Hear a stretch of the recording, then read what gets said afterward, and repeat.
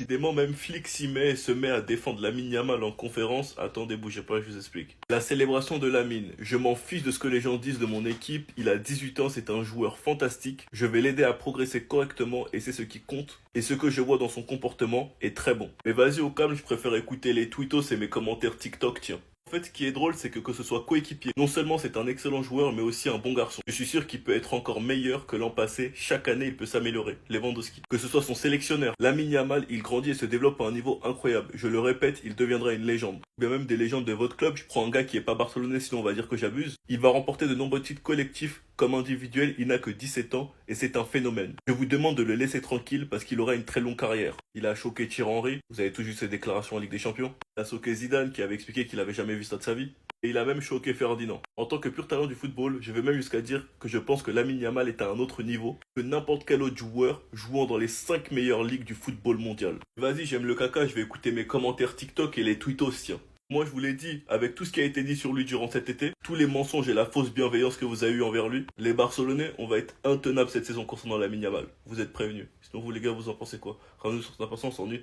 En fait, les frérots, c'est vous qui avez raison. Ils aiment pas Rafinha, ils ne respectent pas Rafinha, ils sous-cotent Rafinha, et Rafinha va encore les choquer saison après saison. Parce que là, derrière moi, qu'est-ce que vous voyez? Real Madrid, Barcelone. Combiné, donc l'équipe combinée entre tous les joueurs du Real et du Barça. L'équipe, en vrai, j'ai pas grand chose à dire dessus. Elle est pas mal, mais il y a une chose, en fait, il y a trop de trucs à dire dessus. Courtois, je suis d'accord. Koundé, je suis d'accord. Koubarsi, Hussein, en vrai, pour l'année qui arrive, je suis d'accord. Baldé, je suis d'accord. Pedri, Valverde, Bellingham. En vrai, Bellingham, l'année dernière, ça se tape avec certains milieux du Barça, mais bon, vas-y, on va dire qu'on laisse. Yamal, pas de débat là-dessus. Mbappé, en vrai, l'année dernière, il finit pichichi, tout ça, donc tu le mets. Lewandowski, il joue moins de matchs, tout ça. Mais là, par contre... Mais le manque de respect à Rafinha. Tu mets Vinicius et tu mets pas Rafinha. Mais en fait, Rafinha, il faut qu'il fasse quoi? En fait, t'as l'impression, il faut qu'il fasse 10 fois plus que les autres pour être respecté comme les autres. J'ai rien contre Vinicius, mais là, il y a même pas de débat possible. Là, tu fais un 11 Barça Real actuellement, tu pars au front avec cette équipe, tu mets Vinicius devant Rafinha, mais jamais de toute ta vie. Rafinha actuellement, il est là, et Vinicius actuellement, il est là. Footballistiquement parlant, c'est un fait. Il y a peut-être des Madrilènes qui vont se voler la face, qui vont se mentir à eux-mêmes, mais c'est la vérité. On voit les matchs, on allume la télé, on a les chaînes, on voit les matchs. Rafinha, cette année, c'est saison Ballon d'Or. Et là, la saison, elle a même pas encore commencé, il a déjà marqué, il est déjà en feu, en pétard. Respectez Rafinha. Là, je viens de tomber sur cette vidéo. Les gars, il est en train de s'approprier le football, mais d'une manière, vous savez pas, en fait. Là, il y en a, ils sont en train de faire tourner des vidéos de Yamal quand il va au coiffeur. Ça parle plus de Yamal quand il va se couper les cheveux pour un match que de certains joueurs quand ils jouent des matchs. Tu te rends compte ou pas? Il est en train de s'approprier le football à lui tout seul. Même quand il va au coiffeur, c'est une hype maintenant. Mais les gars, ça va être quoi dans 1 an, 2 ans, 3 ans? Même avant les matchs maintenant.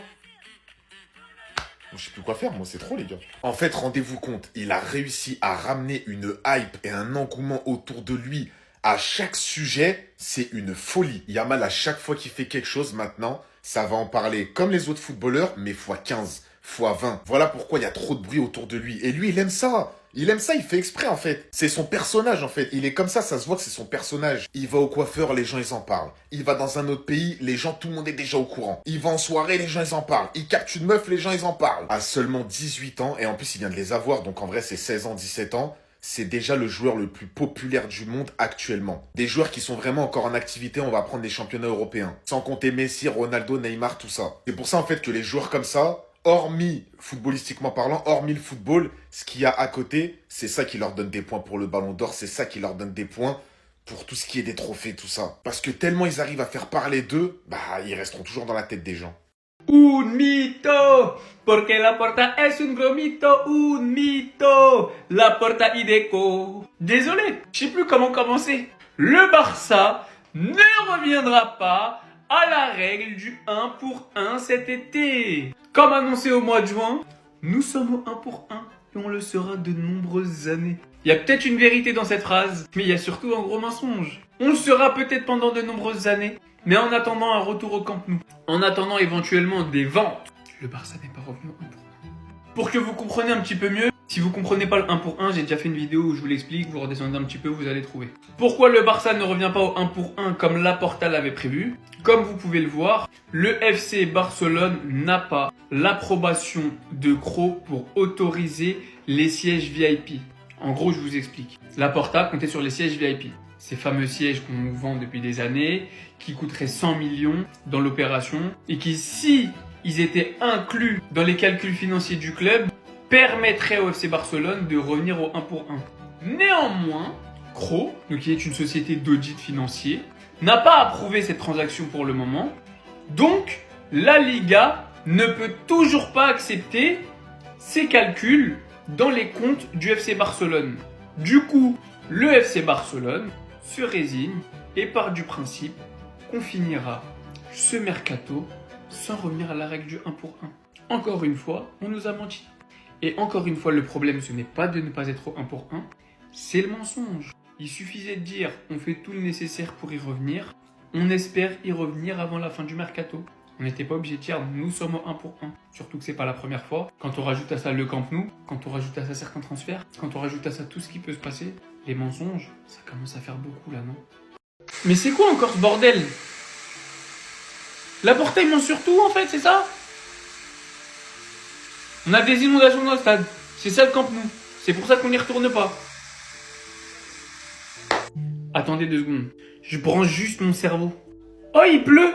Il pleut dans un stade en pleine construction, qui n'a pas encore de toit, qui n'a pas encore construit le dernier étage de ce stade-là. Oh, il y a de l'eau dans les tribunes! Choquant! Il y a de fortes averses, donc il y a de l'eau dans les tribunes. Oh là là! Quel club de clowns! Quel club de clowns qui ne contrôle pas la météo! Sérieusement? Même des choses aussi bêtes que ça, faut vous expliquer. Genre, ça veut rigoler sur le Barça, parce qu'il y a de l'eau dans les travées des tribunes, un jour de pluie, dans un stade en pleine construction, donc qui n'a pas encore de toit, qui n'a pas encore construit le dernier étage qui est censé abriter et protéger ces tribunes de la pluie. Mais c'est vous les clowns. Le but, c'est même pas de défendre mon Barça, c'est même pas de défendre mon club, c'est du bon sens. Genre là, on va en vouloir au club de ne pas contrôler les éléments ou c'est quoi? Je veux bien taper sur Laporta, je veux bien rigoler sur le Barça et les vanner quand on est des clowns parce qu'on ne fait pas des choses correctement comme les autres clubs. Mais vous pensez que les autres clubs, quand ils construisent leur stade, quand il pleut pas dans le stade? C'est ouf. On vit dans votre tête, les gars. Je pense que vous vous rendez pas compte de la gravité dans ce championnat qu'on ne puisse pas faire jouer Rooney Bardi uniquement pour ne pas énerver la Liga. Rooney Bardi ne s'est pas entraîné avec l'équipe première car cet après-midi, il jouera un match amical avec l'équipe de jeunes contre Athletic Lleida.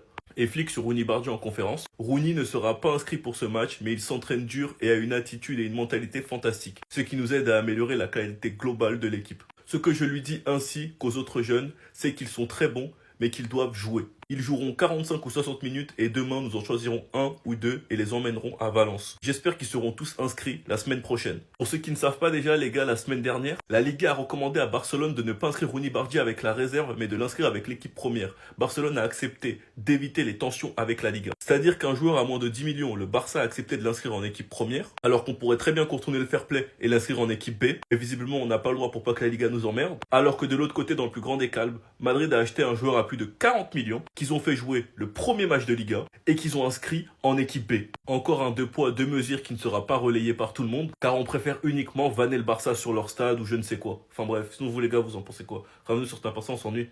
Barça affronte Levante demain, conférence d'avant-match de Hansi Flick. Attendez, bougez pas, je vous explique. Levante est une équipe avec une bonne défense, ils sont rapides et récupèrent le ballon rapidement et nous devons prendre soin de ces aspects. Fermin, comme je l'ai dit, je veux perdre aucun joueur car la saison est longue. Fermin a très bien joué la saison dernière et je suis content de lui.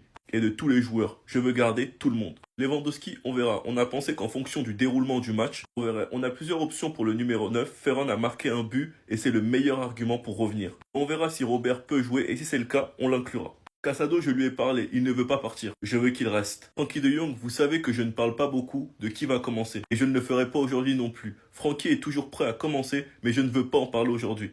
La célébration de Lamine, je m'en fiche de ce que les gens disent de mon équipe. Il a 18 ans, c'est un joueur fantastique. Je vais l'aider à progresser correctement et c'est ce qui compte. Et ce que je vois dans son comportement est très bon. Rashford, bien sûr, il nous donne plus d'options. Il se sent mieux en tant que titulaire, mais ses points forts, son premier contact, sa vitesse nous aide beaucoup dans notre style de jeu. Et nous pouvons profiter d'un Marcus Rashford fantastique cette saison.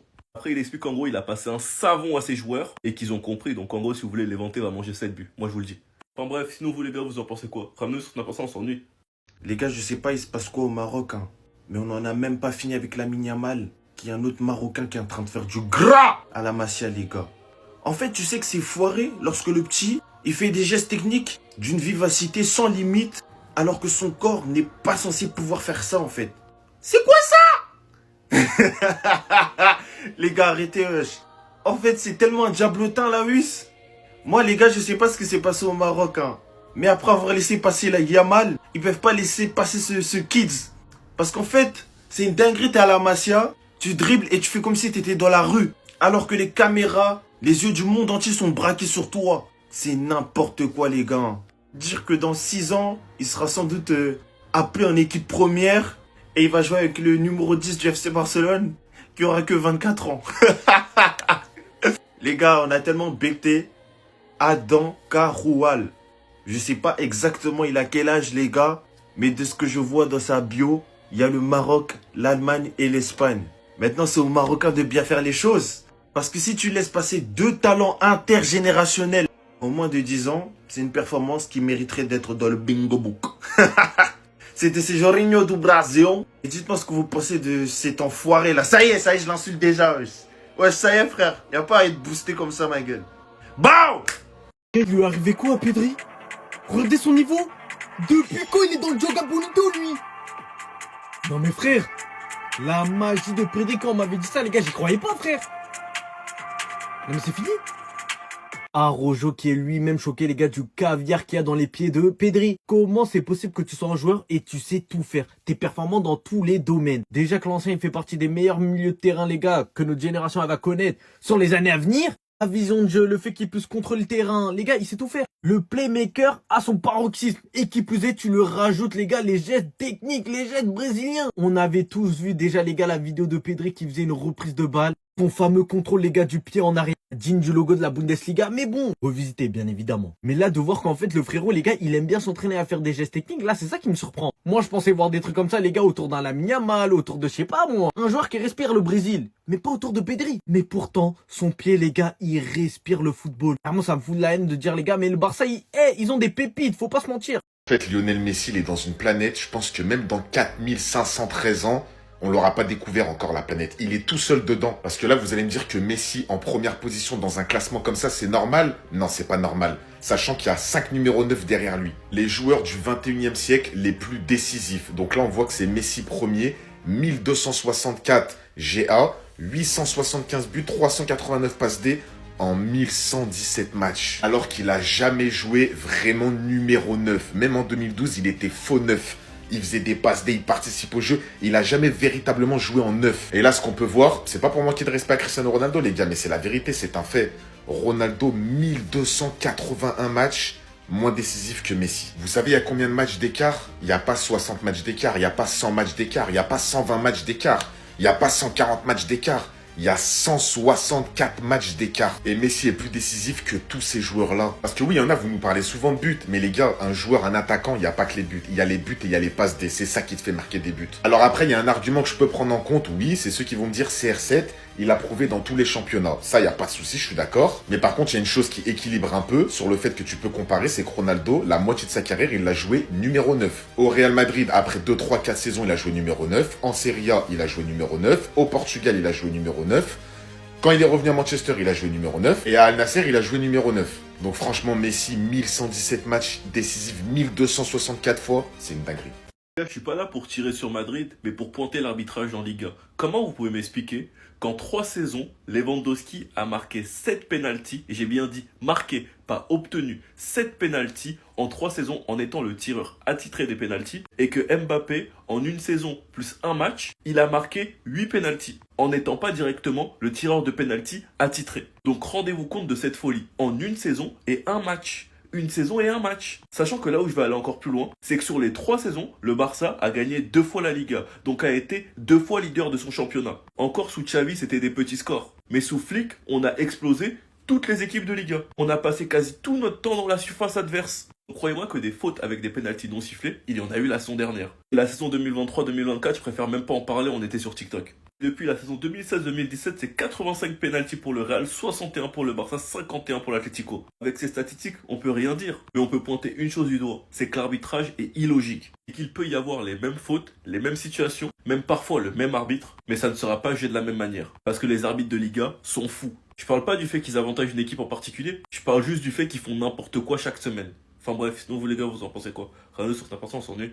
Ce qui se passe actuellement avec le Camp Nou, les gars, c'est clownesque. On comprend rien, mais d'après plusieurs sources catalanes, l'UEFA aurait accepté que le Barça joue son premier match de Ligue des Champions à l'extérieur. Il y a eu une inspection de 4 heures, une inondation au Camp Nou, bref, plein de choses. Attendez, bougez pas, je vous explique. Alors déjà, pour commencer, mais ne criez pas victoire trop vite, car ça se trouve que ce sont que des rumeurs, mais bref. L'UEFA a autorisé Barcelone à disputer son premier match de Ligue des Champions à l'extérieur. Le club a ainsi gagné du temps pour décider où il jouera à domicile, soit au Camp Nou, soit au Montjuic. Les responsables de l'UEFA étaient en intervention Spotify Camp Nou, une inspection de 4 heures pour inspecter l'état du stade, prendre des notes et des photos. Il faudrait un véritable miracle pour que le Barça puisse jouer son premier match au Camp Nou en Liga face à Valence. Vous avez vu que maintenant il n'y a plus le lieu Camp Nou, car on sait toujours pas où on va jouer. On pourrait le jouer au Montjuic, ou bien même au stade de Gérone, c'est une possibilité. Non, franchement, ce serait une dinguerie. Barcelone doit effectuer 5 procédures de base avant d'obtenir une licence pour ouvrir le Camp Nou. Remise d'un certificat d'achèvement de la première phase des travaux, soumettre un certificat de l'autorité, le conseil municipal procédera à une inspection du stade, émission des rapports de la protection civile, émission de rapports des pompiers et de la police municipale pour l'octroi des permis pour la capacité autorisée. Il y a d'ailleurs eu une inondation hier, et je pense que c'est rien de grave, vu qu'il y a eu l'inspection aujourd'hui. Pour l'autorisation de l'UEFA, on n'a plus qu'à croiser les doigts que ce soit vrai. Et voilà, hein. Sinon vous les gars, vous en pensez quoi? Ramenez sur cette on s'ennuie. Absolument tous les jeunes au Barça sont en train de prolonger, l'avenir est garanti. Marc Bernal va prolonger jusqu'en 2029. Attendez, bougez pas, je vous explique. Breaking, l'agent de Marc Bernal s'est réuni avec Deco dans les bureaux du club aujourd'hui. Il va prolonger son contrat jusqu'en 2029. Tout est bouclé, le joueur fera bientôt son retour sur les terrains. Donc on a recruté Johan Garcia, on a prolongé Chesney jusqu'en 2027, on a prolongé Koundé jusqu'en 2030. On devrait prolonger aussi Eric Garcia, Koubarsi jusqu'en 2029, Araujo jusqu'en 2031, Baldé jusqu'en 2028, Gérard Martin jusqu'en 2028. Sachant qu'il y a Altoren qui monte en équipe première. Casado 2028, du coup Bernal 2029, Gavi 2030, Pedri 2030, Fermin 2029, Olmo lui je crois c'est 2029-2030, Rafinha 2028, Lamine Yamal 2031, le Rooney Bardi 2029. Sans compter Frankie de Jong qui lui aussi doit prolonger jusqu'en 2028 je crois. Même flic pour les curieux 2027. Reste à voir l'avenir de Christensen dont son contrat expire l'année prochaine. Ferran Torres lui je crois c'est 2027. Eric Garcia comme je vous l'ai dit il devrait prolonger. Lewandowski c'est sa dernière année de contrat, c'est son année bonus. Je pense qu'on a fait le tour. Sur ça, en tout cas, la direction, ils ont fait un top boulot. On a la maîtrise sur l'avenir de tous les joueurs. Et ça, franchement, c'est carré. Sinon, vous, les gars, vous en pensez quoi? Ramenez sur cette personne, on s'en est. Les gars, je crois on a sous-estimé Antiflick. C'est lui le boss du club en fait. Il fait entraîneur, directeur sportif et même daron, je crois. Antiflick a mis son veto pour le départ de Fermin Lopez, malgré des offres à près de 80 millions d'euros. En interne, certains voulaient accepter la proposition pour résoudre les problèmes économiques du club, mais l'entraîneur allemand a été clair, il ne partira pas. 80 millions, c'est beaucoup, les gars. Et là, il vient de déclarer sur lui, comme je l'ai dit, je ne perdre aucun joueur car la saison est longue. Fermin a très bien joué la saison dernière et je suis content de lui et de tous les joueurs. Je veux garder tout le monde. Antiflick, moi je conteste pas tes choix, je te fais confiance, c'est toi qui gères. Mais tu sais c'est quoi 80 millions d'euros? Non, en vrai de vrai, même moi j'aurais pas fait la saison qu'avec Daniel Olmo en 10. Mais c'est quand même beaucoup d'argent, c'est une belle somme, faut pas se mentir. Il a aussi déclaré sur Casado que je lui ai parlé, il ne veut pas partir et je veux qu'il reste. Ça serait une saison difficile, nous avons besoin de tous les joueurs que nous avons actuellement. Il nous donne confiance, c'est ce que j'attends de lui, ce n'est pas facile pour l'entraîneur mais nous avons besoin de tous les joueurs. Donc voilà, il vient de confirmer que Casado et Fermin, les deux, ils vont rester. Il s'est aussi exprimé sur la célébration de Lamine Yamal avec la couronne. Il a dit « Je me fiche de ce que les gens disent de mon équipe. Il a 18 ans et c'est un joueur fantastique. Je vais l'aider à progresser correctement et c'est ce qui compte. Et c'est ce que je vois dans son comportement est très bon. » Donc voilà, des polémiques à droite, à gauche.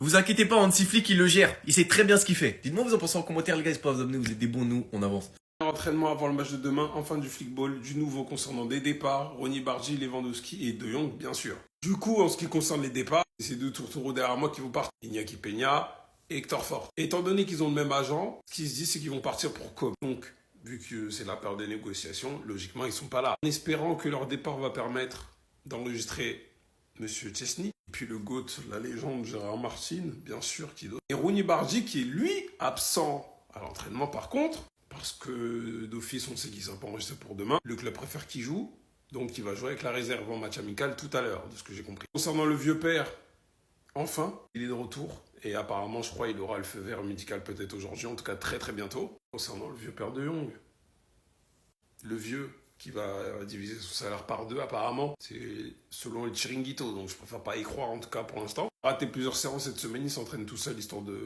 d'avoir du rythme dans les jambes. parce qu'il est devenu papa pour la 2e fois. Félicitations à lui. Ceux qui veulent pas rentrer dans son train, de toute façon, c'est fermé. Et si vous pensez qu'on a abusé, laissez-nous sucer. Désolé d'être vulgaire, mais laissez-nous sucer. Voilà. Attendez. J-1 avant le match Levante contre le Barça, on a eu le droit à quelques infos. Hansi Flick en conférence de presse, Casado, je lui ai parlé, il ne veut pas partir et je veux qu'il reste. Ce sera une saison difficile et nous avons besoin de tous les joueurs que nous avons actuellement. Il nous donne confiance et c'est ce que j'attends de lui. Ce n'est pas facile pour l'entraîneur mais nous avons besoin de tous les joueurs. Comme ça au moins c'est clair et net, Casado ne bougera pas. Fermin, comme je l'ai dit, je ne veux perdre aucun joueur car la saison est longue. Fermin a très bien joué la saison dernière et je suis content de lui et de tous les joueurs. Je veux garder tout le monde. Vraiment Hansi Flick, merci. Parce qu'avec la direction qu'on a, à tout moment, ça aurait pu vendre l'un des deux. Et malgré les propos d'Hansi Flick, c'est un coup, on n'est même pas à l'abri. Rashford, bien sûr, il nous donne plus d'options. Il se sent mieux en tant que titulaire, mais ses points forts, son premier contact, sa vitesse nous aide beaucoup dans notre style de jeu et nous devons profiter d'un Marcus Rashford fantastique cette saison. La célébration de Lamine, je me fiche de ce que les gens disent de mon équipe. Il a 18 ans et c'est un joueur fantastique. Je vais l'aider à progresser correctement et c'est ce qui compte. Ce que je vois dans son comportement est très bon. Tous les haters de Lamine Yamal, arrêtez de le diaboliser. Parce que vraiment, c'est à perte. J'espère que Gérard Martin sera disponible pour le match de demain. Après le match contre Mallorca, j'ai dit aux joueurs ce que je pensais du ralentissement du rythme et ils m'ont compris. Je comprends les joueurs et ce n'est pas quelque chose qui m'inquiète. Bref, en tout cas, rendez-vous demain soir pour le match et pas le droit à l'erreur. Je tiens aujourd'hui à rendre solennellement merci à tonton Rafinha. Merci à lui. On n'oubliera pas. Et je vous jure, on ira prendre cette Ligue des Champions pour lui. Pas pour lui seulement, mais pour lui aussi. C'était lui le ballon d'or. Mais ce mec-là, la saison qu'il nous a réalisée, oui, tous les jours, je parle de Lamine Yamal, mais Rafinha, je l'ai ici. Et c'est l'un des joueurs les plus importants d'Hansi Flick. Rappelez-vous ce match-là, les frères. Hier, la goal, c'est ce but de Rafinha, les frères. Quel joueur du Barça je n'aime pas. Mais oui, aujourd'hui, je vais rendre hommage à Don Rafinha. Parce que la saison qu'il réalise, et il sera toujours titulaire dans l'équipe du Barça. Tellement il est important. Ah les frères, je me rappelle ce match-là, ce but contre l'Inter de Milan, qui était supposé nous qualifier. Même si Rashford est venu en les gars, Rafinha aura toujours une place spéciale dans mon cœur. Merci pour tout et voilà, la saison, on va la répéter. Pourquoi je vous montre une vidéo de Pedri aujourd'hui? C'est parce qu'Hansi Flick a parlé en conférence de presse. Et encore une fois, c'est le meilleur joueur du monde. Que tu veuilles ou non. Je ne demande pas ton avis, mais c'est le MVP du monde, c'est le meilleur. Quand tu vois Pedri jouer, les émotions. Très important, je reviens sur ce que tonton Hansi Flick a dit en conférence de presse par rapport à Marc Casado. Il devrait rester au FC Barcelone cet été, c'est clair. Je ne pense pas qu'il veuille quitter l'équipe. Je ne veux pas non plus qu'il parte, je le veux ici. Les frères, la saison est longue, On n'est que en septembre. La saison va aller jusqu'en mai, là. Donc les frères, il y a des blessures, il y a la fatigue et puis Casado. De toutes les façons, Hansi Flick, il a mis au clair le dossier Marc Casado. Sa présence nous donne beaucoup de confiance en tant qu'équipe et c'est ce dont nous avons besoin. Il peut jouer à la place de Frenkie de Jong. Il peut jouer avec Gavi en double pivot. Donc les frères, restez calmes. D'ailleurs, Hansi Flick a parlé de la couronne de Lamine Yamal. On lui a posé la question, est-ce qu'il est arrogant? Il a dit, si je pouvais mettre la couronne moi-même sur sa tête, je la mettrais tellement le petit est fort. Vous vous embrouillez sur le méta. On le sait les amis, normalement il n'y aura pas d'autres arrivées au FC Barcelone. Le Barça joue demain et Hansi Flick était en conférence de presse. On lui a posé beaucoup de questions puisqu'on entend beaucoup de choses, notamment autour de Marc Casado.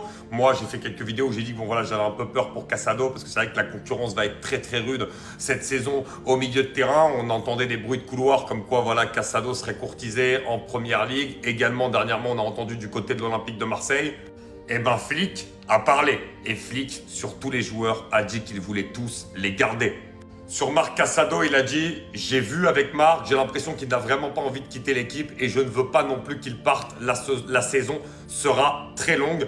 Pareil pour Fermin Lopez, j'ai une très très bonne relation avec lui. La saison va être très longue, je veux pouvoir compter sur tous mes joueurs. » C'est vrai qu'aujourd'hui, quand tu regardes au milieu de terrain, tu dis le Barça est tranquille parce qu'entre les petits nouveaux de la Masia dont on n'a pas encore entendu parler et qui toquent à la porte, entre déjà Pedri de Jong qui semble intouchable dans le double pivot, derrière tu as quand même Gavi, Casado, Marc Bernal et en numéro 10, tu as du Dani Olmo, tu as du Fermin Lopez, on sait que Rafinha peut jouer numéro 10, il y a énormément d'options. Mais comme Flick l'a dit, on se dit oui, il y a peut-être voilà, deux postes, Pedri de Jong, après tu as deux remplaçants et après tu as peut-être encore un autre mec. Mais la saison est longue et on l'a vu la saison dernière, il peut y avoir des blessures. Donc plus tu gardes des éléments forts, plus tu peux remplacer qualitativement tes titulaires indiscutables. Et ça, c'est une chose très importante dans une saison où le Barça a envie d'être sur tous les tableaux jusqu'à la fin. D'autant que c'est une saison post-Coupe du Monde. Tout le monde va vouloir arriver aussi en forme à la fin de la saison. Donc voilà, en tout cas, Hansi Flick l'a dit, il veut garder tous ses joueurs. Et à bout, les journalistes, c'est trop grave. Hansi Flick, après sa conférence de presse aujourd'hui, qui sourit après qu'un journaliste lui ait dit « Encore une question ? Encore une question ?» Parce que les journalistes, ils étaient déchaînés. Ils lui ont parlé de tous les joueurs. Ils ont évoqué tous les sujets. Sauf le match de demain. Ça parle directement de Lamine Yamal, sinon c'est pas drôle. On parle beaucoup de Lamine Yamal et de sa célébration avec la couronne, comme si c'était un roi. Des supporters des clubs rivaux pourraient ne pas aimer cela. Avez-vous parlé de ça avec lui? L'utilité de la question, c'est une question niveau TikTok. Je m'en fiche de ce que les autres pensent de mon équipe. Lamine Yamal est un joueur fantastique et je vous assure que son comportement est impeccable. Réponse nette, sans bavure. Tant que sur le terrain ça répond, c'est le principal. Mais c'est pas fini! Et ça enchaîne les questions, ça lui parle de Frenkie de Jong, ça lui demande s'il va jouer demain. Et ça parle de Casado, d'un potentiel départ. Est-ce que Casado va partir? Non, moi j'ai parlé avec Casado et je ne le vois pas vouloir quitter l'équipe. Et je ne pense pas non plus le souhaiter. La saison est longue, nous voulons tout accomplir. Et tonton Flick va pas oublier Fermin, parce qu'il y a aussi des rumeurs sur son départ. Fermin, comme je l'ai dit, je ne veux perdre aucun joueur. Car la saison est longue, Fermin a été performant la saison dernière et je suis satisfait de lui et de tous les joueurs. Je veux garder tout le monde car ce sont les options qui s'offrent à nous actuellement. Ça nous disait que le club avait reçu une offre de 80 millions d'euros de la part de Chelsea et de Manchester United pour Fermin en fin juillet. Sauf que Hansi Flick, il est opposé fermement, mais fermement à son départ. Comme à tous les joueurs de l'effectif en fait. Sauf que Hansi Flick, moi je suis d'accord avec toi, il faut garder au maximum les joueurs de l'effectif, surtout quand on a du mal à recruter comme ça. Et c'est tout à ton honneur de vouloir préserver le groupe. Parfois il faut aussi faire les bons choix pour le bien du club. C'est pour ça que moi je comprends pas trop la volonté de protéger les milieux de terrain du Barça. À un poste on est vraiment bien fourni, mais par contre on n'a pas eu du mal à se débarrasser d'un défenseur central, un poste où on a vraiment du besoin. Ça pour moi c'est pas trop cohérent. Facile avec l'éloge VIP du Barça. Pourquoi le FC Barcelone n'est toujours pas à la règle du 1 pour 1? Pourquoi pour moi il y a trop de zones d'ombre et trop d'incohérences dans cette histoire? Restez avec moi, je vous explique tout. Mais avant de commencer, n'oubliez pas de vous abonner, de liker et de partager. Tout a commencé quand Rack Uno a publié une information hier soir selon laquelle le Barça n'a pas encore l'approbation de Kroos pour approuver l'opération des sièges VIP. Et par conséquent, la Liga ne peut pas encore l'accepter. Le club suppose déjà qu'il fermera le mercato en dehors de la règle du fair play 1 pour 1. Tout d'abord, qu'est-ce que la règle du 1 pour 1? C'est une règle du fair play financier imposée par la Liga qui autorise une équipe à dépenser autant qu'il a gagné. C'est-à-dire que pour 1 euro gagné, il peut dépenser 1 euro en transfert. Aujourd'hui, le Barça n'est pas à cette règle-là. Ça veut dire qu'aujourd'hui, le Barça, sur une somme qu'il aurait gagnée, il ne peut dépenser qu'une petite partie en mercato. Et c'est dans ce contexte-là que le Barça a mis en vente ses loges VIP et attend l'approbation de la société qui fait l'audit comptable pour pouvoir valider et qu'il soit accepté par la Liga. Le souci, c'est que la société Kroos ne veut pas accepter la vente des sièges VIP tant que le stade n'est pas ouvert et qu'il n'est pas exploité. C'est-à-dire qu'il y a des matchs et que les gens sont là en train de regarder, etc. Il faut savoir que le Barça attendait justement cette réponse-là pour pouvoir agir en fin de mercato sur une éventuelle recrue. Comme je vous l'ai expliqué, là aujourd'hui, le Barça a 30 millions et avec un retour à la règle du 1 pour 1, ça serait au moins le double. C'est aussi pour ça que les inscriptions se font à la dernière minute parce que quand tu as aussi peu de moyens, tu peux pas te permettre de faire les choses trop tôt et tu es obligé d'attendre en fait la dernière minute pour avoir la meilleure solution. Et pour être sûr d'opter pour la meilleure solution, il faut avoir toutes les possibilités devant toi. Si le Barça avait inscrit Johan Garcia et Rashford avant leur réponse et qu'au final la réponse était oui, ok, vous êtes à la règle du 1 pour 1, tout le monde aurait sauté sur la direction en leur disant vous vous êtes précipités, vous êtes des clowns. En gros, voilà ce qui se passe avec les loges VIP et voilà en soi le problème aujourd'hui. Là où pour moi il y a une énorme zone d'ombre, où il y a une énorme incohérence, c'est qu'au mois d'avril dernier, la société Kroos en question qui fait l'audit comptable avait dit au Barça je comptabiliserai les sièges VIP mais pour ça il faut qu'ils soient construits. Et je sors pas ça de nulle part, Mundo Deportivo l'avait publié à l'époque. Bon, la traduction est un peu approximative mais en gros, pour pouvoir calculer les revenus cette année, l'auditeur a besoin que les sièges VIP soient sous la nomination personnel, site, licence, soient physiquement construites et livrées. C'est d'ailleurs pour ça que le Barça avait mis la pression à l'IMAC pour que les sièges VIP soient construits fin mai au plus tard pour qu'ils soient comptabilisés dans l'exercice. Du coup, pourquoi aujourd'hui on nous dit le stade doit être ouvert et en mai, on nous dit non, faut juste que les sièges VIP soient construits. Et vous savez quoi? Moi, je pense que Laporta l'avait senti venir celle-là. C'est pour ça, pour moi, qu'il a annoncé le retour au Camp Nou le 10 août, là où je sais pas quoi, pour le Gamper. Parce que pour moi, ça n'a aucun sens d'aller mentir sur ça. Ça n'a aucun sens d'aller dire que le stade va être ouvert, vu l'état dans lequel il était le stade. Il n'y a aucune cohérence. Regardez, d'un côté, il inscrit les joueurs à la dernière minute, parce que le gars, il est prévoyant, il est méfiant. Mais d'un autre côté, il annonce un retour au stade, alors que ça se voit que c'est pas possible. Ce qui est encore plus fou dans cette histoire, c'est que d'après Hector Moedano, un créateur de contenu mais qui travaille également dans la finance, selon lui, ça aurait servi à rien que le Gamper ait eu lieu, parce que de toute façon, il n'aurait comptabilisé les loges VIP que si la Liga avait commencé. Et ça, encore une fois, c'est pas cohérent, parce que si le stade est ouvert et qu'on y joue dedans et que les gens sont dans les sièges VIP, pourquoi ne pas les accepter? Les sièges VIP, ils sont pas rattachés que à la Liga, à ce que je sache. Bref, après, c'est que mon opinion. Certains vont me dire que je défends encore la direction alors qu'ils ne méritent pas. Mais moi, ce que je vois pour l'instant, c'est qu'il y a énormément d'incohérences. Et pour l'instant, il y a rien, en fait, qui nous dit que la direction a mal fait quelque chose. On leur a demandé que les loges soient construites. Ils les ont construites et ils ont remis les documents. Basta. Bref, j'espère que ça a été clair pour vous. Et dites-moi ce que vous en pensez en commentaire.